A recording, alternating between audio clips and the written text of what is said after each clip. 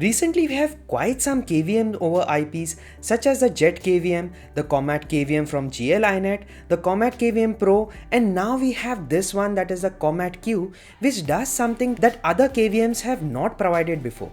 It can control not only any servers, mini PCs or laptops, but also mobile phones, tablets, and even iPads using a single USB cable. This is a plug-and-play device that you can connect via the USB-C port of your phone or laptop and access the device remotely. The device powers itself via the USB-C cable and is also the input for the screen and the USB connections. You don't need any kind of LAN connection as it uses Wi-Fi to connect to your network. The only port that it provides is this USB-C port that acts as a power pass-through to power your target device. Like here I'm able to power my iPad and my MacBook and my Android phone also. Now in the box you get this guide to get started and this soft rubber case, and then finally the device, that is the KVM. You can install this soft rubber case on the device, and this is how the device looks like with the rubber case installed on it. One thing I like about GLiNet products is that GLiNet actually puts in some thoughts towards their products. Like for example, this device being small could get hit around while using it, so they provided this rubber case to protect this device from accidental damages. Now this device has around 1.8 inch touchscreen display with 512 MB LPDDR4 RAM and 512 MB flash storage. It is powered by a quad-core ARM Cortex CPU and it can connect to 5 and 2.4 GHz Wi-Fi frequencies. Now setting up the device was simple as connecting the device to the machine that you want to remotely access, following the instructions on the screen, entering the Wi-Fi credentials, and once it connects to your Wi-Fi, you can start using the device by using the IP address displayed on the screen. Now on swiping from the top, you get this rotate, reboot and lock screen options.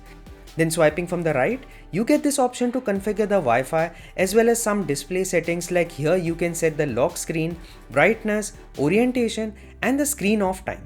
Then swiping from the bottom, you get some information related to the KVM. Now after accessing the IP address for the first time, you have to set up an admin password, and with this you can access the screen of the target device through this Comet Q KVM. Now here I have my iPad Pro connected. So first thing what you need to do is you need to go to the settings here and then you need to select the type. So right now I have this 11-inch iPad Pro been selected, and with this is how the mouse gets calibrated with the iPad screen. So you have to select the target type. Then along with this, if you see here, we have other options like we can use the portrait or the landscape mode. Then we can use the transfer type to be WebRTC or direct. Then we have some of the audio and keyboard and mouse settings, like we can listen to the audio from the speakers of the target machine. We can also enable microphone of the target machine. So for this we have to restart the KVM.